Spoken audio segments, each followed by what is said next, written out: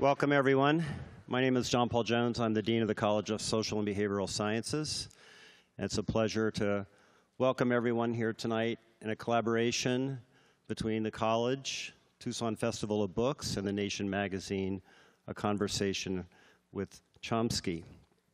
The interlocutor for tonight's event is John Nichols. He is the Washington correspondent for The Nation. He writes The Beat. He's also a contributing writer to The Progressive and In These Times. And from his home base in Madison, Wisconsin, he is the associate editor of Capital Times. He has been written in the New York Times, the Chicago Tribune. He appears regularly on radio and television. He's been in many documentaries, including The Hot Wire with Barbara Koppel, which will be filmed tonight at the Loft Theater. And Barbara Koppel, Oscar-winning director, and John Nichols from The Nation will be discussing that documentary. John Nichols has written extensively on media, politics, and money, sometimes separately, but usually those go together, including his most recent book, Dollarocracy: How Money and the Media Electoral Complex Are Destroying America. And please join me in welcoming John Nichols.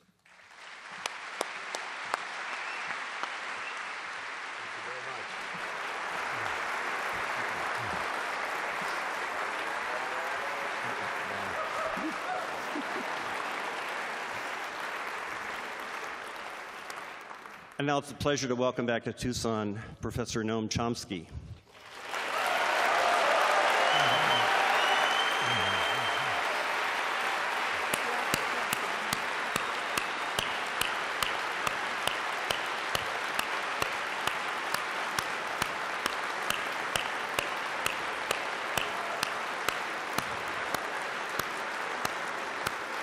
Professor Chomsky, Professor Emeritus at MIT,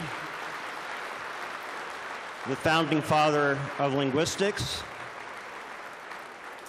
and a person that if you are in any way involved in the behavioral sciences, you know who he is. He has influenced mathematics, computer science, the other languages, psychology, cognitive science, the author of over 100 books, countless articles,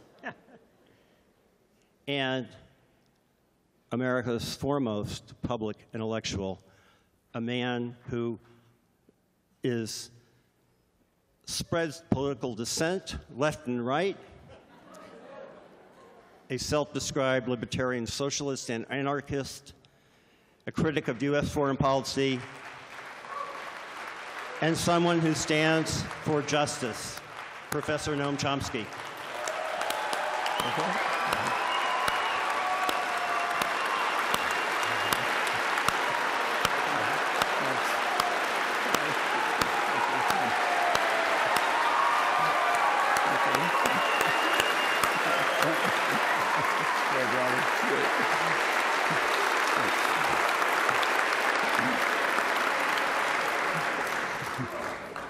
Wow.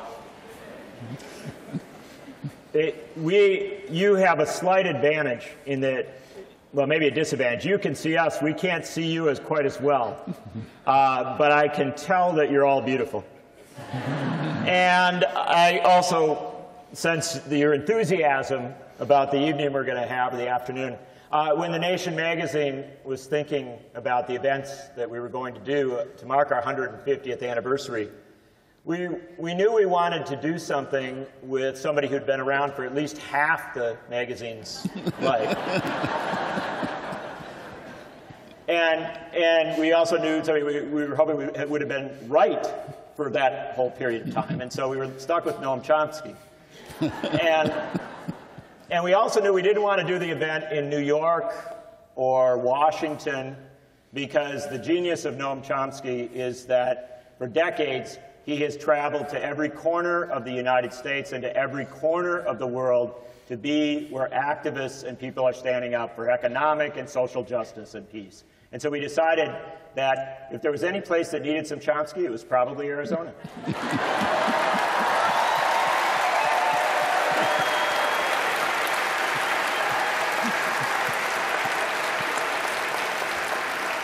So here we are. Thank you to the dean and to the school and to the university. Thank you to the Tucson Festival of Books.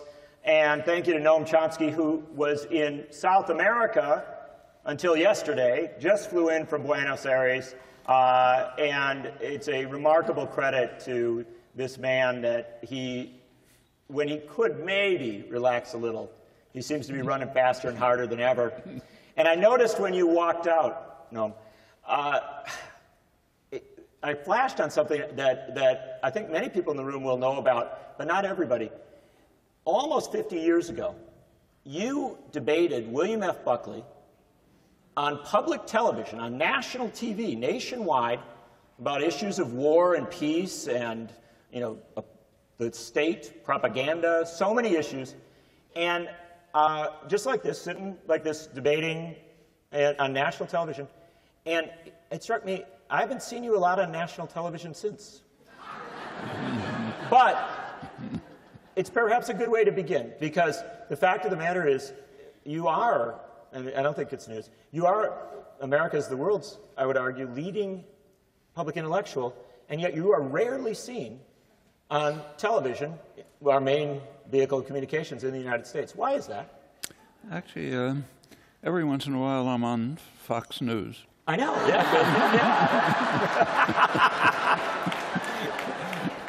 But one of my great honors that I'm most proud of is that National Public Radio has a prime time program, All Things Considered, their big program in the afternoon. The co-host actually is on record as saying, I'm one of the people he will never permit on that program. Really? Yeah. Well, no small accomplishment. Yeah. But I'll still go deeper, because the fact of the matter is, as somebody who's been involved for a long time in media reform efforts and efforts to kind of tackle the many challenges of American media, we have an incredibly narrow discourse in our major media in this country. And it is a discourse that does, in fact, move all sorts of folks out to the margins and does not cover movements. Does it? Doesn't cover movements, doesn't cover what's really happening a lot on the ground. And I think, in many senses, that disempowers folks, because they're never told about what all is happening or the ideas that are in play. There's actually the most interesting media, in my opinion, are what are called the liberal media. In fact, most of my own writing and discussion analysis is about them. They kind of set the limits. They say you can go this far and not a millimeter farther. And that's true pretty much around the world. And of course, it does cut out popular movements, popular activism. Very occasionally, something will break through. If Zuccotti Park finally broke through slightly with actually better coverage than I expected for a while. But generally, the idea that people might get together, organize, act to change the world, that's frightening. That's like some small country deciding to go off on an independent course. That's quite dangerous. And when that does happen, how does media, you mentioned coverage of Occupy, and in fact, we had a brief period, I think in 2011, where there were great popular uprisings in a lot of capitals around the United States, labor movement seeming to be out there. And how does media, how does so much of our media, and our liberal media, shut that down? What's the strategy, what's the tactic that you see? I think, actually, I think it was pretty well described by George Orwell. Mm-hmm. He didn't say much about it, but everyone here, I'm sure, has read Animal Farm. But probably very few people have read the introduction to Animal Farm. The reason is it wasn't published. It was discovered about 30 years later in his unpublished papers. And today, if you get a new edition of Animal Farm, you might find it there. The introduction is kind of interesting. He basically says what you all know, that the book is a critical, satiric analysis of the totalitarian enemy. But then he says, he addresses himself to the people of free England. He says, you shouldn't feel too self-righteous. He said, in England, free country, I'm virtually quoting, unpopular ideas can be suppressed without the use of force. And he goes on to give some examples and really just a couple of sentences of explanation, which are to the point. One reason, he says, is the press is owned by wealthy men who have every reason not to want certain ideas to be expressed. And the other, he says, is essentially it's a good education. If you have a good education, you've gone to the best schools, you have internalized the understanding that there are certain things it just wouldn't do to say. And I think we can add to that, it wouldn't do to think. And that's a powerful mechanism. So there are things you just don't think and you don't say. That's the result of effective education, effective indoctrination. Many people don't succumb to it. What happens to them? Well, I'll tell you a story. I was in Sweden a couple of years ago, and I noticed that taxi drivers were being very friendly, much more than I expected. And finally I asked one of them, why is everyone being so nice? He pulled out a T-shirt he said every taxi driver has, and the T-shirt had a picture of me and a quote in Swedish of something I had said once when I was asked, what happens to people of independent mind? And I said, they become taxi drivers.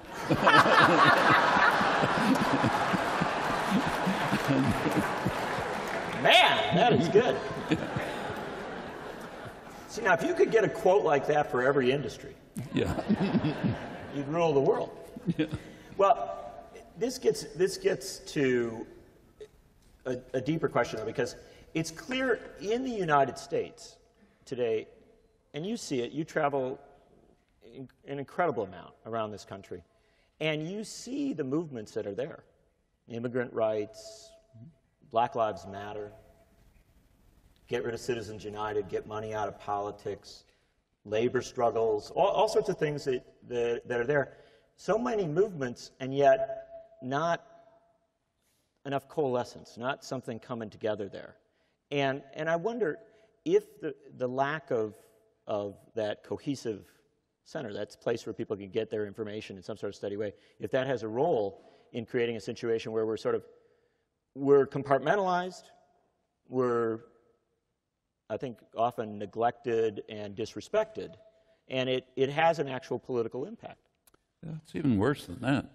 I've lived in Boston since 1950, but I go to sections of Boston for talks and discover that there's very significant activism going on in that neighborhood that people don't know of in the next neighborhood where they're doing similar things. Part of the reason is simply the absence of a labor movement. Throughout history, the labor movement has been, with all of its defects and deficiencies and limits, it's been a kind of a center around which things coalesce.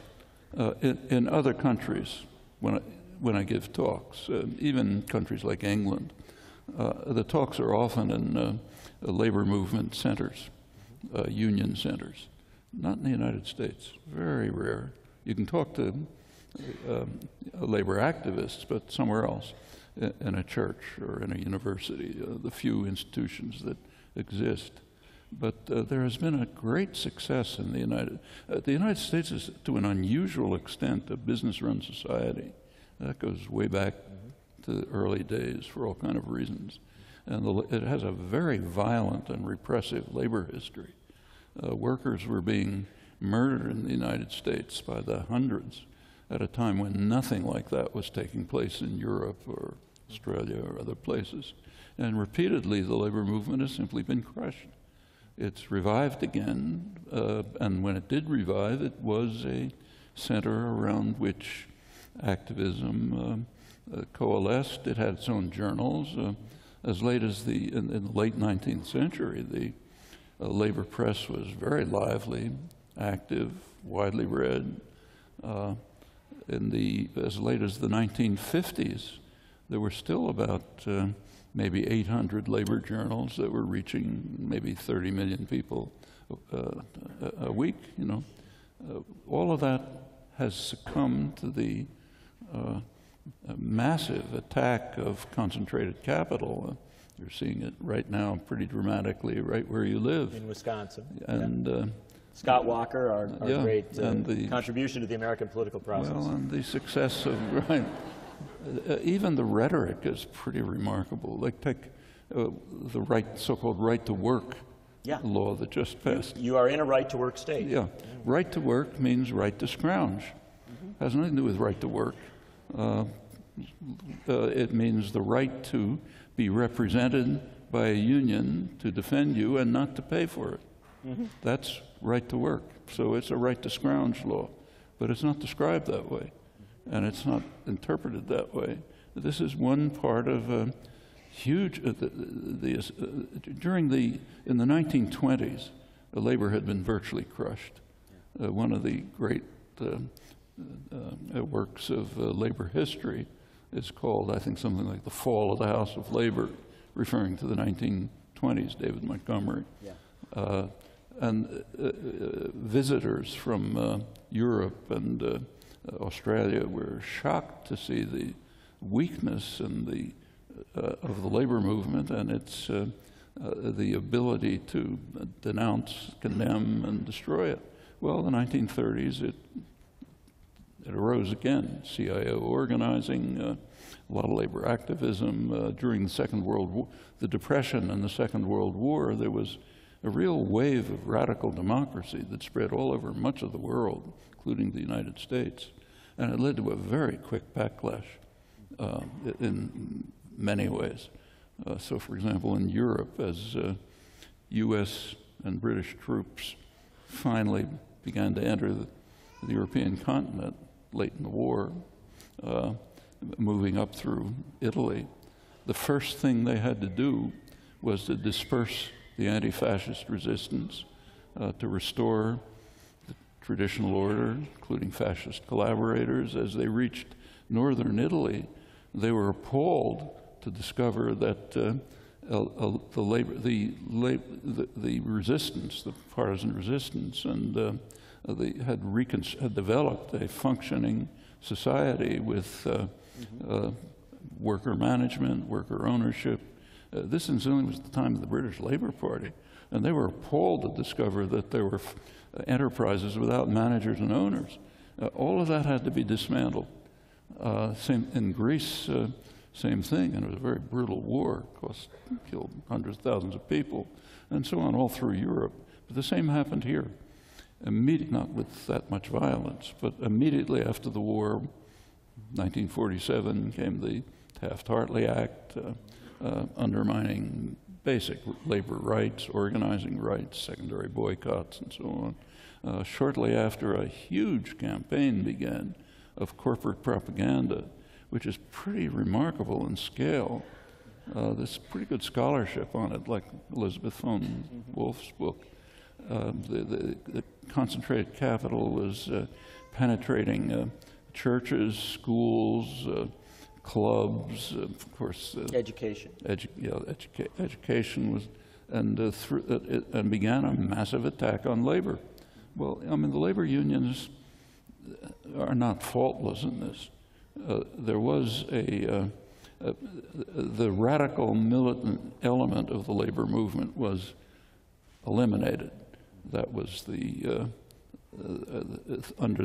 the context of Cold War propaganda, communist, the left CIO union, and so on. Yeah, so they were crushed, and the labor leadership accepted that.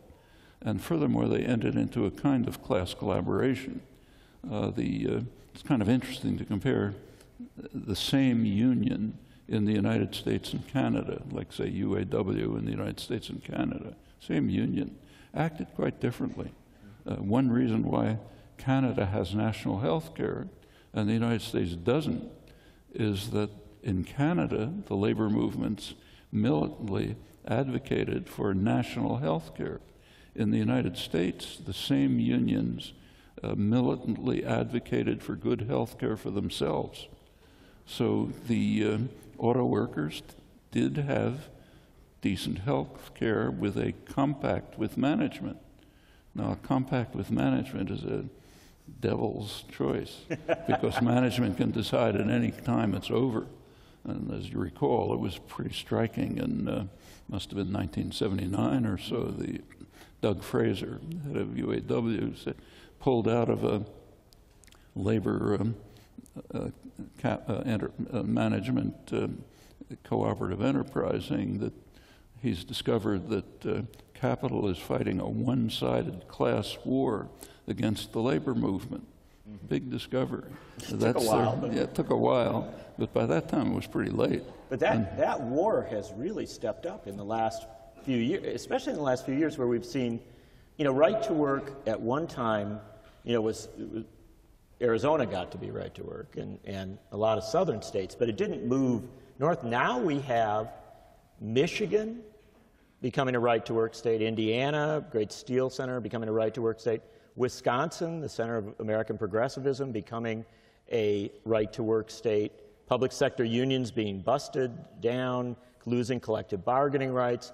I mean, this is a very aggressive, concentrated initiative that's happening right now.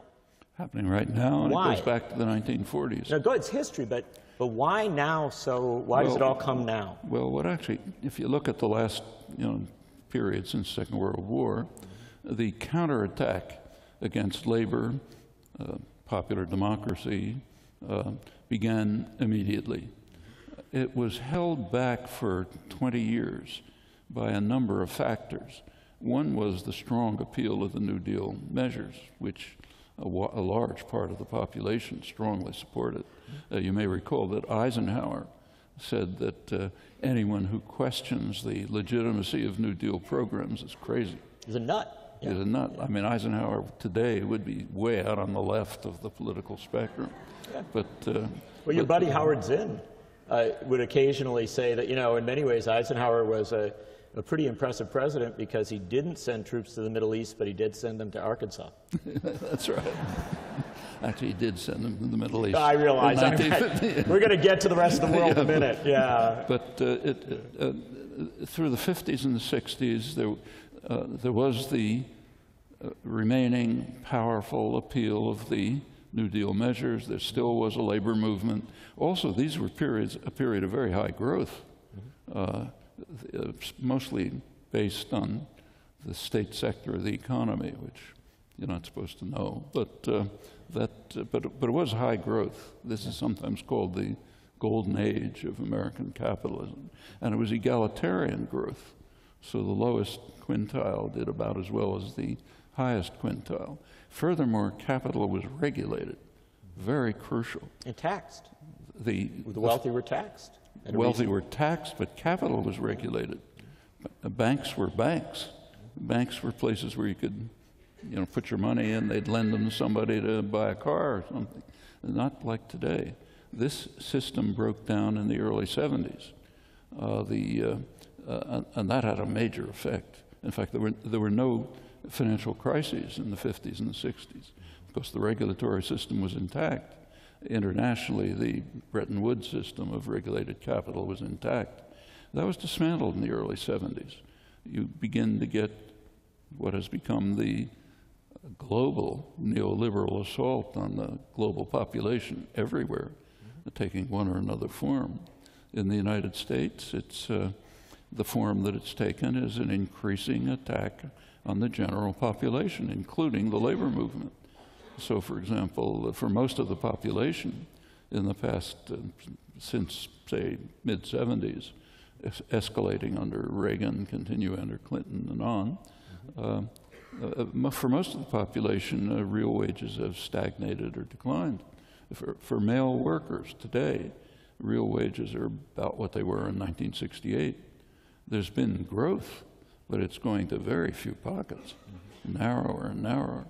And this has had a striking and dramatic effect even on things like popular opinion. So take the last couple of years, Obama's kind of major initiative was the Affordable Care Act. And it's interesting to look at public attitudes towards it and to look back at the past. This is a very heavily polled country. We know a lot about people's attitudes. Ever since the 1940s, there's been strong support for national health care. Polls depend a little bit on how the questions asked, but it's often a large majority, very substantial. As late as the late 1980s, about a majority of the population thought that there ought to be a constitutional guarantee for health care. And actually about 40% of the population thought it was in the Constitution. That's not that long ago. Well, when take Obama, when Obama's initiative began, almost 2/3 of the population supported a public option, meaning of the various options you could choose, one would be essentially Medicare, public national health care. That wasn't even mentioned. It wasn't even proposed. They jettisoned it right away, along with single payer, which is what we should have done. Yeah. One of the strange, maybe unique features of the U.S. healthcare system is that the government is not permitted by law to negotiate drug prices. The VA is, so drug prices are lower there. The Pentagon can negotiate prices for paper clips, let's say, but the government cannot negotiate, say, for Medicare and Medicaid drug prices. So, of course, they're out of sight. Obama never even tried to touch this, even though 85% of the population are opposed to it. Now, and if you look at the following years, the propaganda has so changed people's expressed attitudes, whatever their actual attitudes are, that even the mild reforms of the Affordable Care Act, which are some kind of a step forward, they don't really deal with the problem, even those are opposed. And you think that in not that many years ago, like 1990, 40% of the population thought there was a constitutional guarantee for public health care. This is a tremendous triumph of propaganda. And we've created a system now where it is so easy to flood so much money into the communication process. Citizens United, McCutcheon, all these decisions of the courts, which whatever minimal barriers are now down, that you hear the Koch brothers planning to spend close to $1 billion in the next election, then you find out they spend hundreds of millions to do just these things, to take apart. And some of the things that have been done are really sophisticated.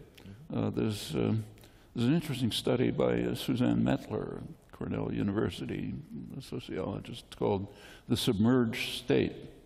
And what she shows pretty convincingly is that there's been a change from visible government programs of reform and subsidy and support, where you see that the government is doing something for you, to indirect means, where you don't see that the government is doing it. What you see is some private entity doing it, which is being subsidized by the government. And the end result is that people think the government is harming them. It's not helping them. And of course, as this submerged state develops, turns out most of the subsidies are going to the wealthy. So, for example, the home mortgage interest deduction, which is a very substantial sum of money, overwhelmingly it goes to the wealthy. In the education, the for-profit educational system, which is a big thing here, most of the funding comes from the taxpayer, but you don't see it, and of course it's going to the corporations, and there's devices like that all across the country. The result is that some strange results. People who are most subsidized by the government tend to be most opposed to government subsidy. So it's very striking. Yeah.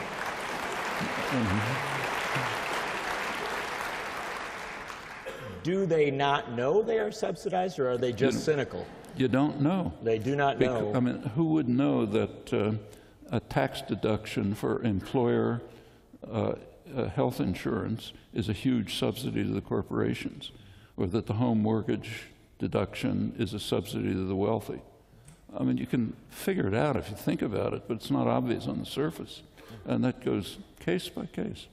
So in this terrific new book from Haymarket Books, Noam Chomsky, Masters of Mankind, which Glenn Greenwald says, on the cover, Glenn Greenwald says, there is no living political writer who has more radically changed how more people think in more parts of the world about political issues than Noam Chomsky, which is kind of nice. But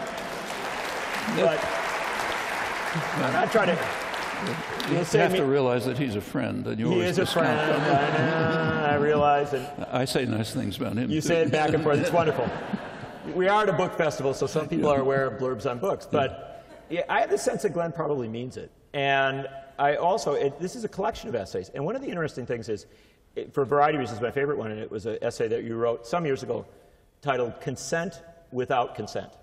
And I think that comes a lot of what we're talking about with the submerged state, but also this notion that an awfully lot of what's happening when you assault labor, when you assault so many of the vehicles by which people might organize, might push back, it's really an assault on democracy itself. Democracy is a threat to any power system. It doesn't matter what it is. I mean, for pretty obvious reasons. So yes, there is the general assault on the population includes a major assault on democracy. And what's happened in the United States is extremely revealing. One of the main topics in mainstream academic political science is study of comparison between public attitudes and public policy, which is a pretty straightforward inquiry. We see public policy. There's extensive polls. They're pretty reliable. They're consistent over time. So you get a pretty good sense of public attitudes. And the results are quite intriguing. By now, about 70% of the population is literally disenfranchised. They're the lower 70% on the income wealth scale. Their political representatives simply pay no attention to them. So it doesn't matter what they think. As you move up the scale, you get a little bit more influence when you get to the very top policies made. That correlates very... one of the major students of political participation, Walter Dean Burnham, years ago, pointed out that if you look at the non-voting in the United States is very high. He said if you look at the non-voters and their kind of demographics and compare it with Europe, they are the people who in Europe would vote for some Laborite or Social Democratic Party. But since no such thing exists here, they don't vote. Maybe they may not read academic political science, but they know that nobody's paying attention to them, so why bother voting? This is a plutocracy, it's not a democracy. And the effects are pretty striking.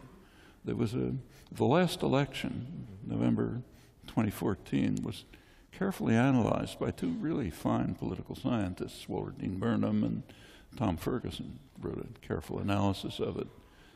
Voting participation. Turns out that voting participation was about at the level of 1830. Well, it was 36%. But if you compare it state by state. But what was interesting was it was the lowest since 1942. It's worse than that. Yeah. Take a look at their analysis, state by state. It's about 1830. That was a time when voting was restricted to propertied white males. And this has been declining, and it's by now most people, as they point out, just don't bother. Yeah.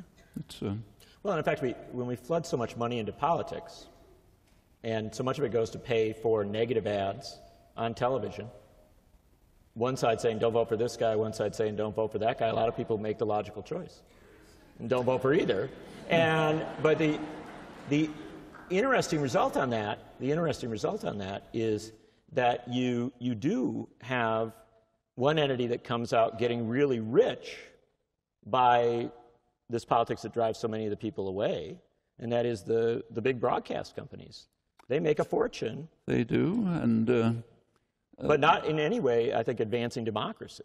well, but I think we should. I mean, what's happening now is indeed extreme, but we should remember that it goes way back. It wasn't good before. Way back. Yeah. You remember about a century ago, Mark Hanna, the great campaign manager, was asked, what do you really need to run an effective campaign?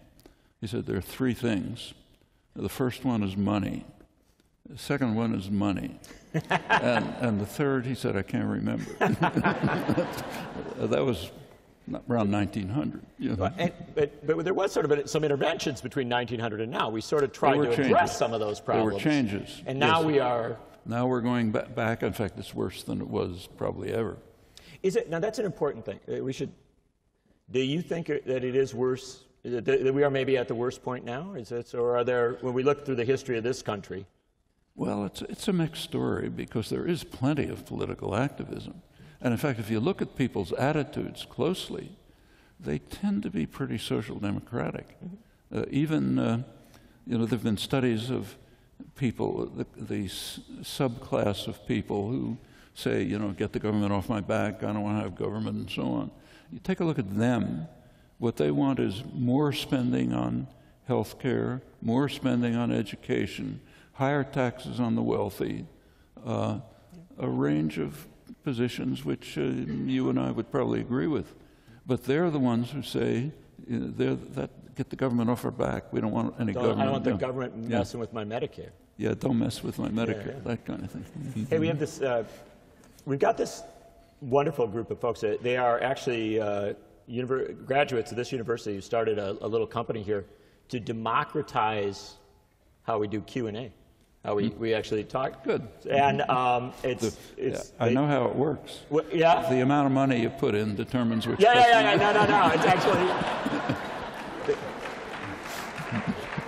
That's the next application. These guys, they call it Two Shoes app, and it's as in goody two shoes, like the person who raises their hand. And they actually created something that you featured it on your Facebook site or someplace where somebody who does something someplace. Somebody puts up a Chomsky Facebook. On it, yeah. It's like the person who made the T-shirt in Sweden. They asked what we could ask you, and the Two Shoes app folks came up with all these. And it was very interesting that a lot of the questions, the hopeful questions actually, focused on things going on outside the United States, which I find frustrating because I do believe there's a lot of great activism here. But there were questions especially about Greece and Spain, and particularly about the rise of Syriza and the rise of Podemos, both political parties that did not exist, or political groupings that did not exist, but in Greece have now risen to being the governing party, and potentially in Spain could do so. You've been watching these closely. Very closely. And I'm very interested, first off, your general impressions, and many people ask questions about this, but also your sense of why they are coming together and functioning politically and something happening that we are still waiting for in the U.S. Actually, I've just been at an international conference in Buenos Aires, that's where it was yesterday, of an international forum on emancipation and inequality, where it drew groups like this from all over the world. Podemos activists and leaders were there, Syriza activists and so on. And you were very impressed by the Podemos. They were pretty impressive, yeah. But we have to remember what's been happening in Europe. Europe has had one of the great successes of Europe in the post-Second World War era has been to construct a reasonably well-functioning social democratic welfare state society. A lot of problems, but by comparative standards, pretty successful. The nightmarish circumstance of Norway. Oh, yeah. But all over the continent. Yeah. And of course, the business classes hate it, you know.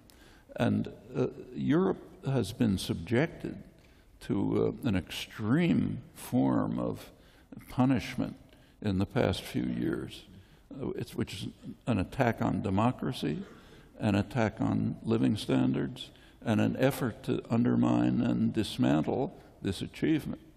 And it's the policies that have been followed are policies of austerity during recession, which even the IMF, the International Monetary Fund, says is economically ridiculous.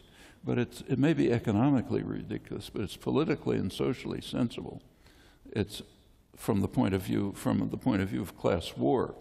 It is slowly achieving a result which has long been hoped for by the ruling sections, by the dominant sections of capital. But it's very severe, and it's been worse. The worst hit have been the peripheral countries, Greece, Spain, Portugal, Ireland. What's actually happened is that the banks, the northern banks, the German banks and so on, have made very risky loans to countries which were unable to sustain them. When the crash came and they couldn't pay them back, the big banks, like other sectors of capital, don't believe in capitalism. In a capitalist system, say if I lend you money and I know that you're a risky borrower, so I put heavy conditions on it, I make a lot of profit, and then you can't pay. In a capitalist system, it's my problem. Yeah. But not the way the world works. Well, that would never happen in the U.S. The banks would never get bailed out here. In fact, come to that in a moment. But the response of the so-called Troika, the European Commission, the bank, and so on, and the IMF have been to pay back the culprits, pay the bankers. So when there's money given to Greece, what's called money to Greece means give it back to the banks that lent money to Greece and want to be repaid. Very anti-capitalist. The same thing happens here. So take, say, the big banks here. There was recently a study by the IMF of the profits of the big banks in the United States. Turns out that they make virtually no profit. Their profit almost entirely depends on the implicit government insurance policy. The business press estimates that at over $80 billion a year. You can argue about the numbers, but it's very high.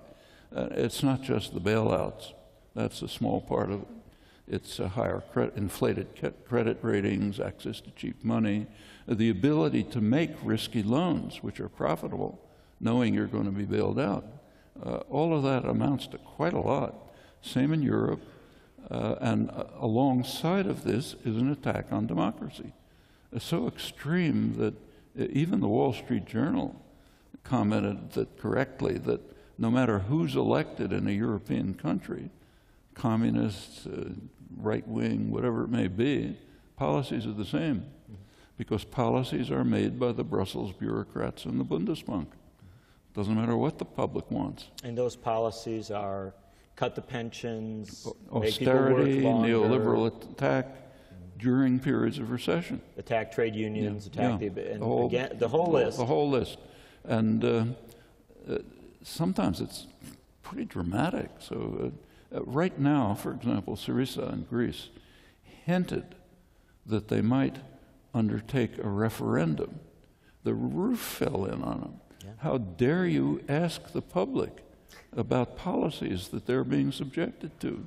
This happened a couple of years ago when Papandreou, the prime minister, suggested mildly that maybe there should be a referendum in Greece to see if they should accept these extremely harsh and savage policies that are being imposed. Again, across the spectrum, he was bitterly denounced. He had to back off. This idea that the public should be asked about what the policies that are being imposed on them is considered outrageous. Policies have to be made by the Brussels bureaucrats and the big banks. That's a major attack on democracy. Now, in reaction to this, there have been popular uprisings.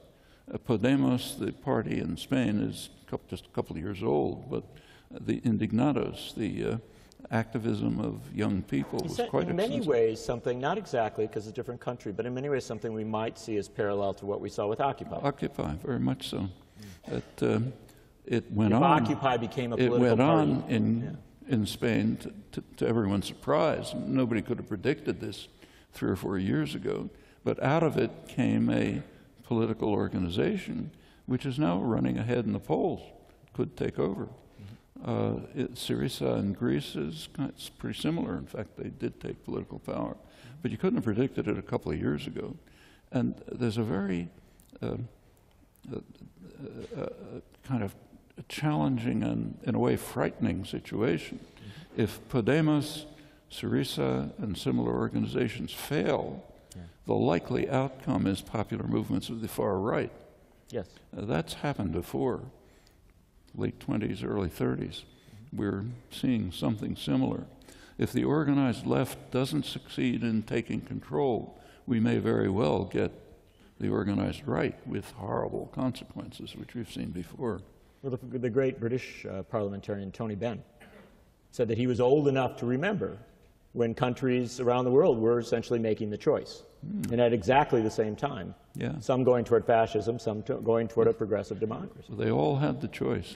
It was the same in all of them, and it depended who won. And obviously in Greece, that's a reality because there is a far right that is very fascist. That has certainly Spain too, France, England, UKIP, for example. And yet, so many of our political leaders in America seem to be, at the very least, disinterested, or at least publicly. They're paying plenty of attention. I know they are, yeah, but they're not. We hear very little discourse about this among our political figures. Because it's dangerous to talk about it.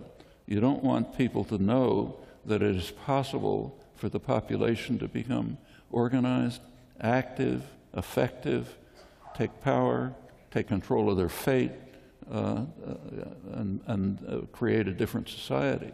For example, you don't hear in the United States about the fact that in Spain there's a major conglomerate which is worker-owned and which in fact survived the recession, Mondragon, which includes in manufacturing, finance, health, housing. It's a huge and effective conglomerate, worker-owned, directors picked by the workers and working quite well.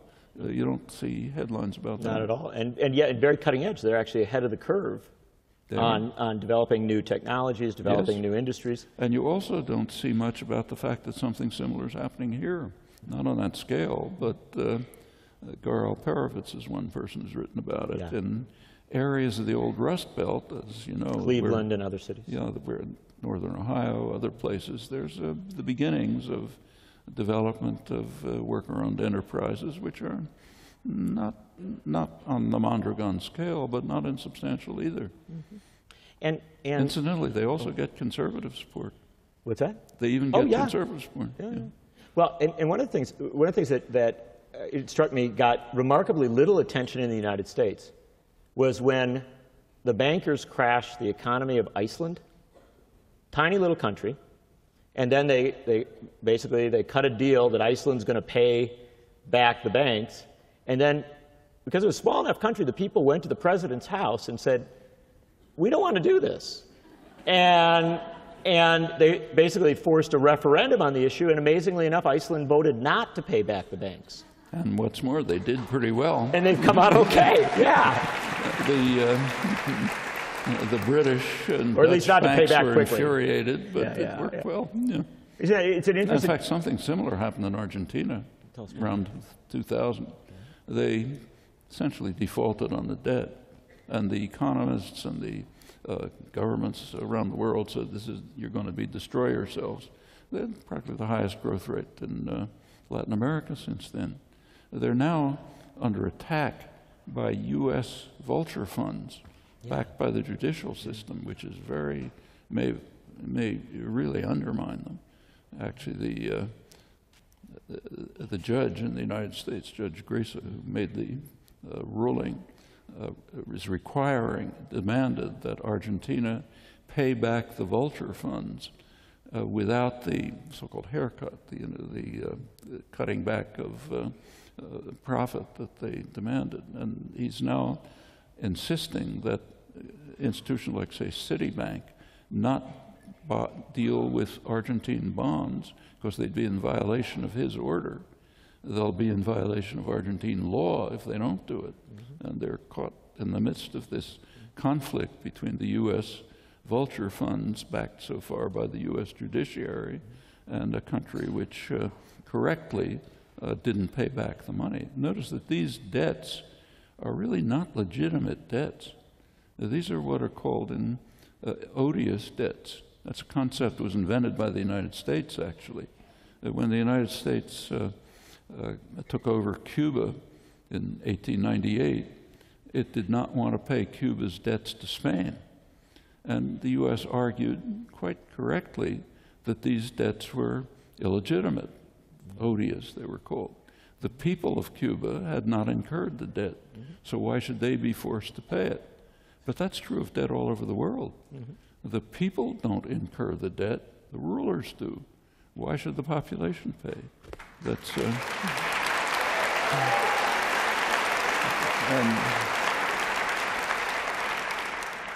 and we actually, when we look at the questions people have submitted, we have quite a few questions in this range, or in this area, and there is, again, people come back to this question of how do we get folks focused on that.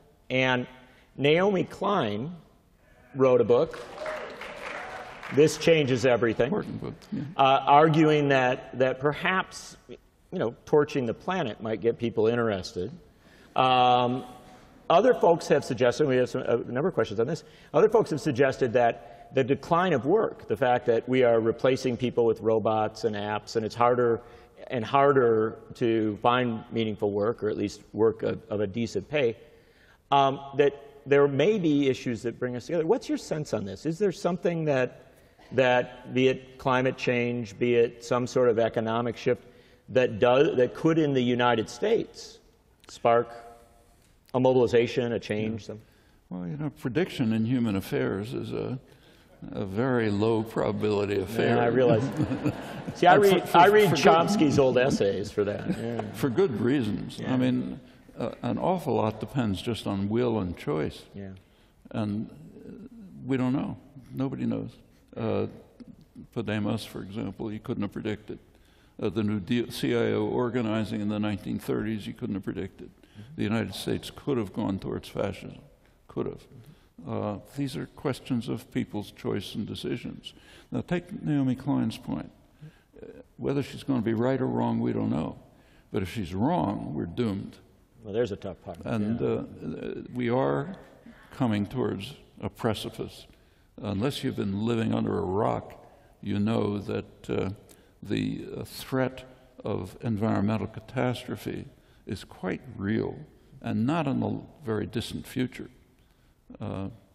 Maybe the next generation could be extremely serious. We also can see that the race towards disaster is being carried out with almost euphoric intensity.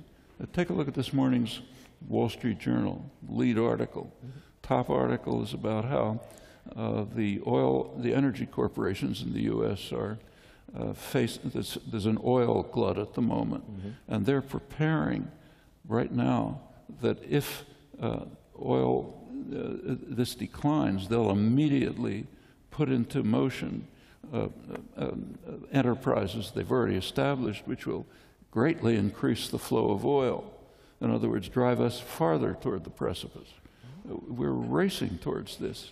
And what Naomi Klein is pointing out is we'd better organize to stop it, or else the prospects for decent existence are going to disappear. Now, will it work or won't it? Well, that's a matter of will and choice. These folks got to decide. And take the question of work. Yeah. It's an interesting question. Look around the country. This country is falling apart. When you come back, even when you come back from Argentina to the United States, it looks like a third world country. When you come back from Europe, even more so. The infrastructure's collapsing, nothing works, the transportation system doesn't work, the health system is a total scandal, twice the per capita cost of other countries and not very good outcomes. Point by point, the schools are declining, they don't have enough teachers. There's a huge amount of work to be done. There are plenty of idle hands who want to do it. There's ample resources, but the system is so corrupt that it cannot put together massive resources, idle hands, and needed work. That can be overcome.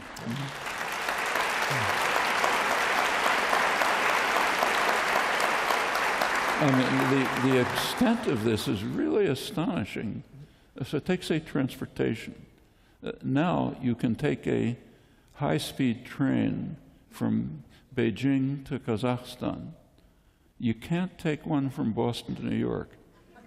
That's the most heavily traveled corridor, I suppose, in the world is Boston to Washington. Yeah. It's about the way it was 60 years ago. The first time I took a train from New York, Philadelphia to Boston, 1950, I think if I take the Acela, the fast train today, I think it's maybe 15 minutes faster. As it goes along the Connecticut Turnpike, it's not keeping up with the cars. Literally. I mean, a couple of years ago, I was giving talks in Europe. I ended up in southern France, and I had to take a train from Avignon, southern France, to the de Gaulle Airport in Paris. There happens to be a direct train, not surprisingly. It's about the distance from Washington to Boston. It took 2 hours. Boston to Washington is like 7 hours. And this is just symptomatic of what's happening to the country. I'm sure an election between Hillary Clinton and Jeb Bush would sort this all out, though. Oh, right. Well, they have private jets. Doesn't matter. They have private jets. It doesn't matter. You are and there's so many things to bring in here and discuss. We've been bouncing a little bit on the rest of the world. Before we come back into U.S. politics for a sec, I would be remiss if I didn't note that on Tuesday, Israel is going to have an election. And the Prime Minister of Israel recently visited the United States to give our Congress some advice. Which, intriguingly enough, if you read the polls, may not have helped him in Israel, in fact. But give us a sense of, as we look at the Netanyahu visit, and then also the play out with our 47 Republican senators who have just decided to become diplomats. Actually, there was an interesting article on the Netanyahu speech to Congress by Uri Avneri. He's one of the great smartest, thinkers in Israel. Really fine Israeli intellectuals and activists. He's a little older than me, and he started, believe it or not, he's still he started the article by saying that when he was watching Netanyahu in Congress, it reminded him of something, and he had to think what it was reminding of. Finally, it dawned on him. It was Hitler's speeches to the Reichstag. He said all that was missing was Heil, you know. And it was quite a performance. It was a really demeaning performance. And it's a combination of a number of factors. One factor is, just as you mentioned before, money. A ton of money goes into funding congressmen who will support the latest AIPAC line. Another part is evangelical Christians. There's a large part of the base of the Republican Party now, these are Republicans mostly, is evangelical Christians who succeed in combining almost extreme support for Israel with extreme anti-Semitism. It's an interesting combination. I mean, if you look at their theology, the theology of a large number of them, the idea is that there'll be a great war between Israel and its enemies. It'll end up at Armageddon. Everyone will kill each other. The saved souls will rise to heaven. The rest go to eternal damnation, which includes virtually all the Jews. 160,000, for some reason, will be saved. They will have found Christ in time. Now, you can't get more anti-Semitic than that. Even Hitler didn't go that far. But this is combined with what's called support for Israel to such an extreme extent that the Israeli government has to try to control it. They have to try to prevent people from blowing up the Temple Mount, to create the war which will lead to Armageddon. And this is pretty broad in the United States. Actually, something like that even included President Bush, second President Bush. As perhaps you know, when Bush was trying to gain international support for the invasion of Iraq, he met the French president, Chirac, and I'll tell you how I learned about this and then tell you what the story is. Around that time, I got a letter from a Belgian theologian who sent me a disquisition that he wrote on a very obscure passage in the book of Ezekiel about Gog and Magog coming and doing terrible things to Israel. Nobody knows what it means. Are they people? Are they places? It's just a very obscure passage. But in a stream of evangelical theology, this means an evil force will come from the north, attack Israel, lead to Armageddon, then all these things happen. Well, what happened with Bush and Chirac? Bush apparently started, this is January 2003, right before the war, he went off and started talking to Chirac about Gog and Magog. Chirac didn't know what the heck he was talking about. Sure. So he asked the Élysée, the French Foreign Office, what's this guy raving about? They didn't know. So they contacted this Belgian theologian who explained to them what it's about. I learned about this at the time, but I didn't believe a word of it, so I never wrote about it. But I did mention it to an Australian academic, a researcher, Clive Hamilton, and he looked into it, and it's true.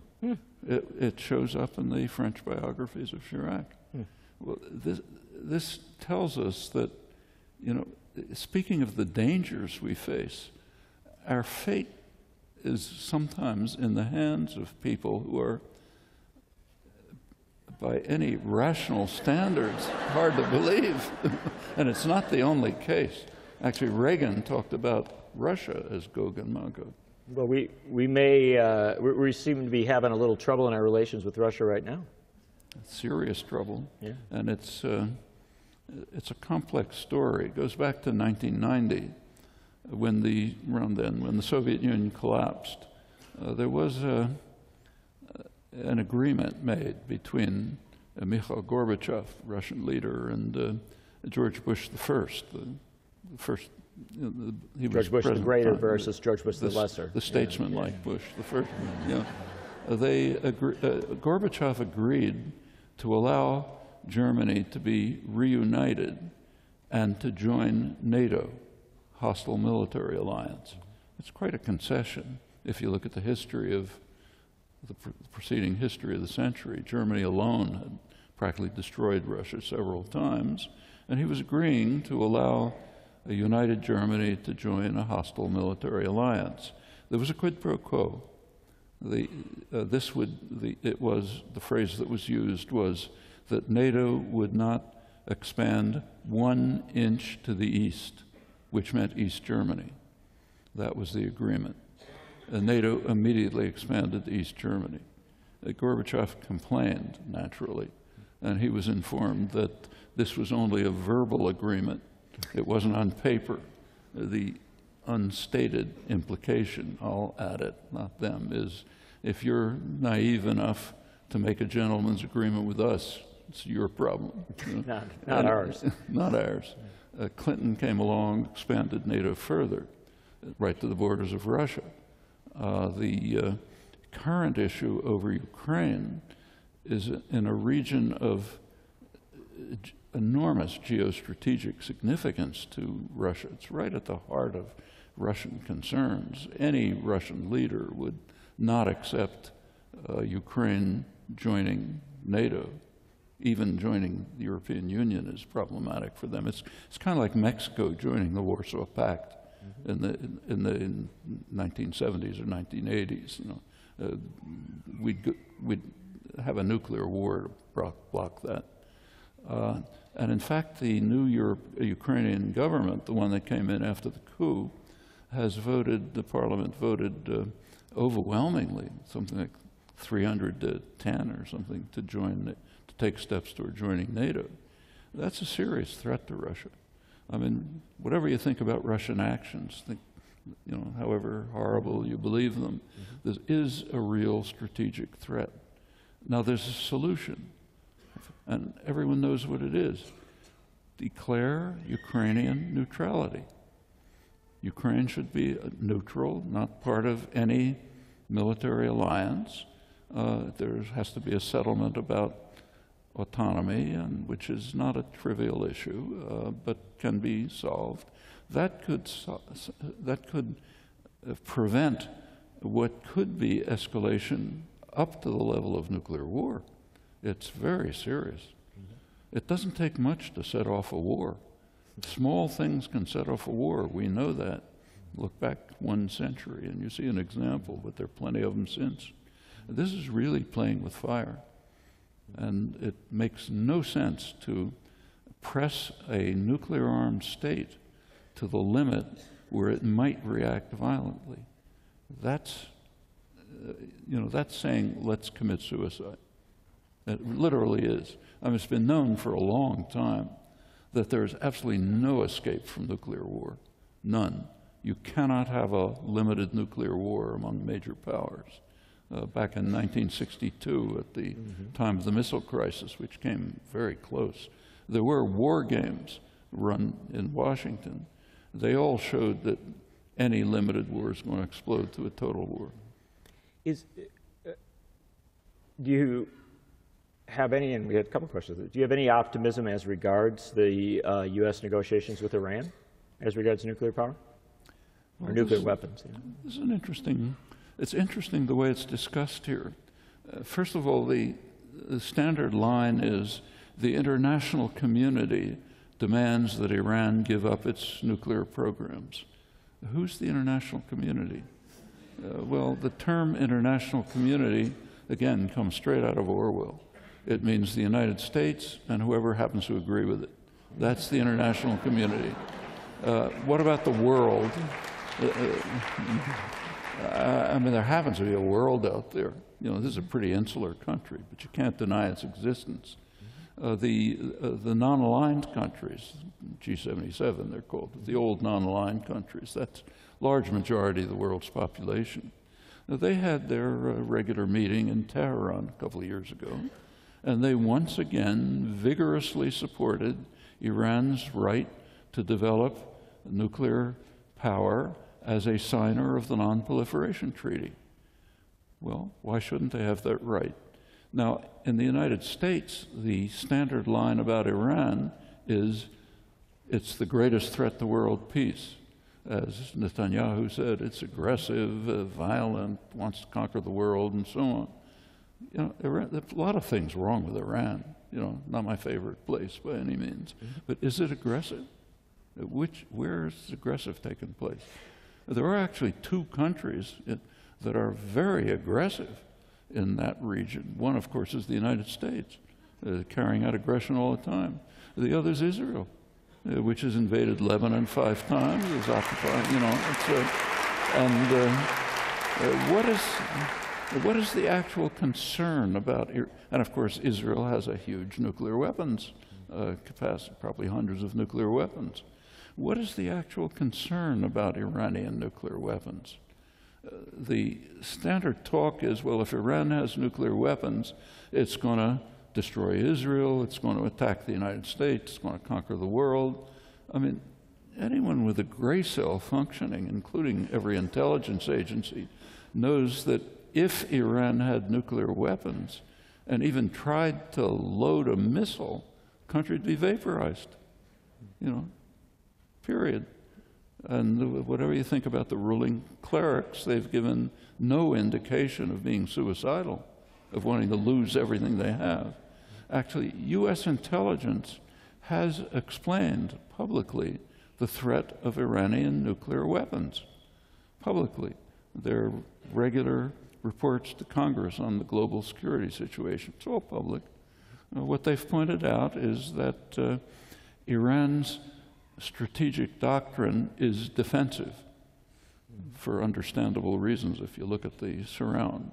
They have low military expenditures, even by standards of the region, and their strategic doctrine is to try to prevent an attack long enough for diplomacy to begin to operate.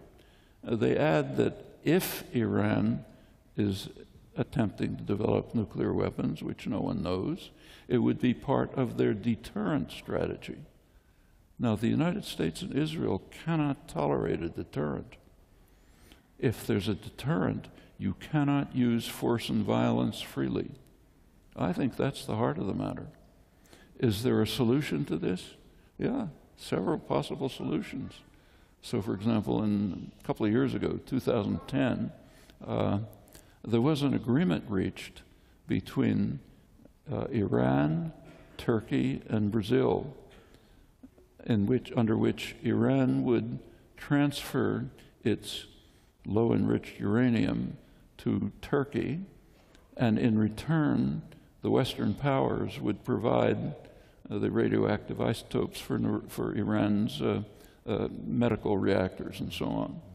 That agreement, as soon as that agreement was reached, there was a bitter attack here by the government and the press against Brazil and Turkey for implementing this agreement. The foreign minister of Brazil was kind of upset about it, and he released a letter from President Obama to the president of Brazil proposing this, presumably because they assumed Iran would never accept and would be a propaganda weapon. Well, they accepted. What do? We bitterly denounced them for breaking ranks, accepting, and so on. And there were all kind of pretexts offered, but they didn't amount to much. A couple of years later, 2012, December 2012, there was to be a meeting in Helsinki to carry forward a program that was initiated by the Arab states in the early 90s to try to impose a nuclear weapons-free zone in the region. There's enormous international support for that. The support so strong that the United States, England, and others kind of formally agree, but they say, not right now. This meeting was an attempt to carry it forward. It's under UN auspices. Israel said they wouldn't attend the meeting. The next question is, what's Iran going to do? Iran said it would attend the meeting without preconditions. A couple of days later, Obama canceled the meetings. This was barely even mentioned in the U.S. press. Try to find it. The meetings did go on, but only with non-governmental organizations. If the U.S. is not going to take part, nothing is going to happen. Well, this might or might not work, but it might work. That's the point. Now, why is the U.S. opposed to it? Because Israel would have to give up its nuclear weapons, and the U.S. is not willing to agree to that. But these are possible answers to a manufactured crisis. Again, it's not that Iran is a nice place. A lot of things wrong there, although, incidentally, by the standards of our allies, it's pretty regressive. Compared with, say, Saudi Arabia, it looks like a free and open society. So this is by no means supportive of Iran's clerical quasi-dictatorship. But the fact of the matter is that there are potential solutions which are within reach but are not being discussed. And the reason, I think, goes back to what the U.S. intelligence reports. The U.S. and Israel are unwilling to accept the possibility, it's a remote possibility, but some possibility of a deterrent. The chances are, if you try to guess what Iran's probably trying to do, we of course don't know, but the chances are that they're probably trying to develop what's sometimes called nuclear capability. That is, the capability to produce nuclear weapons if they decide to do it. There are many countries in the world that have that capability. And conceivably, not implausibly, they may be trying to do the same thing. It wouldn't be surprising if you look at the region. They're surrounded by nuclear weapon states. The United States, of course, Israel, Pakistan, India. They're in an environment of extreme threat. And the conflicts with Iran now are reaching a level which is almost surreal. Take a look at Iraq. The United States, its main enemy in Iraq is supposed to be ISIS. Who's fighting ISIS? Iran. You know, Iran is backing the government of Iraq. It's providing the military support, the training, the arms, and so on to try to press ISIS out of its recent conquests. In fact, the Iraqi military, the Iraqi leadership is saying openly, thanking Iran and saying the U.S. isn't helping us. You know, well, if you really want to eliminate ISIS, you're going to cooperate with the people who are doing it. Iran is the one state that's doing it. There's also fighters on the ground who happen to be on the U.S. terrorist list, the PKK, the Kurdish-based. These Patrick Coburn, one of the fabulous, very important correspondent. Book. Yeah, yes. What he's pointed out is that U.S. policy says comes straight out of Alice in Wonderland. We're refusing to cooperate with the people who are fighting our enemy, and in fact, we're attacking them.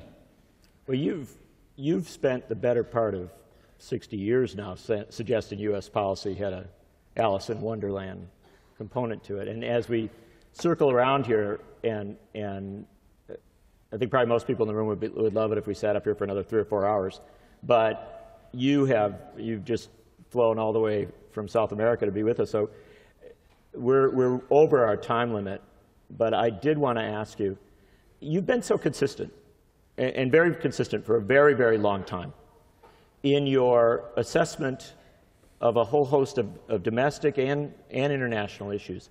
And if I'm right about it, because I interviewed you some years ago about this, a lot of it roots back to your youth.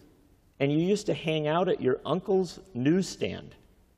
Your political education came in New York City at a newsstand, where I'm sure the nation was prominently displayed. 72nd and Broadway. 72nd and Broadway. But tell us about where this started. Well, I was a kid. You're about 10, 11? 11, 12 years old. But one of the first things I learned at the newsstand is that there's a newspaper in New York, which you probably never heard of. It's called the News and Mirror.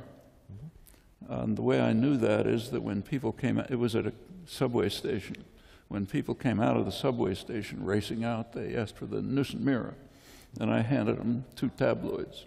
Later, I discovered it's 2 newspapers, the News and the Mirror. but I also... This is the beginning of your study of linguistics? Beginning of my political education. The next part was to notice that as they took the News and Mirror, first thing they did is open the racing forms. Mm-hmm. So I got some insight into society. Yeah. But the fact of the matter is that there were... my uncle was a very interesting person. He'd never gone past 4th grade. But very self-educated, very intelligent, very perceptive person, long story. But he attracted around the newsstand emigres who were, this was the late 30s, early 40s, who were coming from Europe, you know, so German psychiatrists, other people. There were interesting discussions going on, which as a child I listened to. Meanwhile, at the same time, I was hanging out in anarchist offices and Union Square, bookstores, and 4th Avenue. Yiddish newspapers. No long, yeah. Freie Arbeiterstimme was there, and there were again refugees coming. A lot of them Spanish refugees, Spanish anarchists, and I learned a lot from that. That's one part of my education. You've been pretty consistent on keeping a lot of those values alive in our discourse at a time where to suggest that you might be a libertarian socialist is not necessarily something that every major reporter understands. Libertarian socialism is just the traditional name for anarchism, yeah. Left-wing anarchism. The United States, the term libertarian in the United States has a different meaning than it had in traditionally, very different meaning. Yes. It's very anti-libertarian. So you're telling me Rand Paul is not really putting it all together? You take a look at American-style libertarianism. It's basically advocacy of private tyranny. Not that the people say it or even believe it, but if you think about the policies, that's what it ends up being. And the number one question that people asked, and it's genuinely democratic. They get to vote, and they vote a question up the ladder. And so far, there's no campaign advertising, so it's reasonably legit, I think. The number one question they asked you, they all know you. There was actually, somebody asked whether you had a favorite, having grown up in Philadelphia, whether you had a favorite Philly cheesesteak. But the number one question was, Noam, you've been at this political commentary for a very long time. Have you ever gotten anything wrong in your interpretation? And if so, have you ever publicly admitted as much? And a somewhat related question, what are the two most important subjects that you have changed your mind on, and what prompted you to do so? Pretty long question, but yeah. It's an interesting, because plenty of mistakes. Yeah. The usual mistake, which happens over and over, is getting involved in things too late. It's a serious mistake. So take, say, what we were talking about before, global warming. Mm-hmm. Time to get involved in that was the 1970s. Mm-hmm. By the 1970s, it was already, I remember very well when the two friends, one who was head of earth sciences at Harvard, the other head of meteorology at MIT, both around the same time, came with very gloomy countenances. They were getting information indicating that the effect of human contributions to carbon dioxide concentrations in the atmosphere were reaching severe proportions. I didn't do anything. Very few people did anything. It wasn't until years later that I and others became seriously involved, at the point when it's a real crisis. All right, that's a bad mistake. The same is true of the Vietnam War, for example. I was very much involved in anti-war activism, and resistance and so on, but from the early 60s. And the time to become involved was 1950. That's when the policies were set that led to this destruction. I could go over case after case. The general error, at least my own, when I look back, is just not getting involved sufficiently when it matters. Is that the underpinning of your great essay on the responsibility of an intellectual? Do you know where that talk was? That was, like most of my articles, that was a talk. Mm-hmm. It'll surprise you to find out where it was given. To the Harvard Hillel Association. Mm-hmm. This is before 1967, when everything changed. Mm-hmm. So much has changed, but for so many years you have been a remarkable voice, and one that many people have disagreed with you. You never seem to mind it when people disagree with you. Oh. You like the debate, you like the argument. Well, often they're right. But also many people have learned to look at media, politics, economics, and society in fundamentally different ways. And as a person who's been involved in media reform for an awfully long time, I can tell you that a month ago, when the media reform movement in this country succeeded in getting the FCC, the Federal Communications Commission, to protect net neutrality and to protect the internet itself.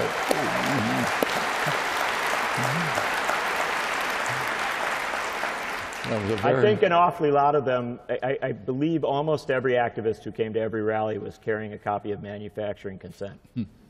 Ladies and gentlemen, Noam Chomsky. Thank you. Is that good?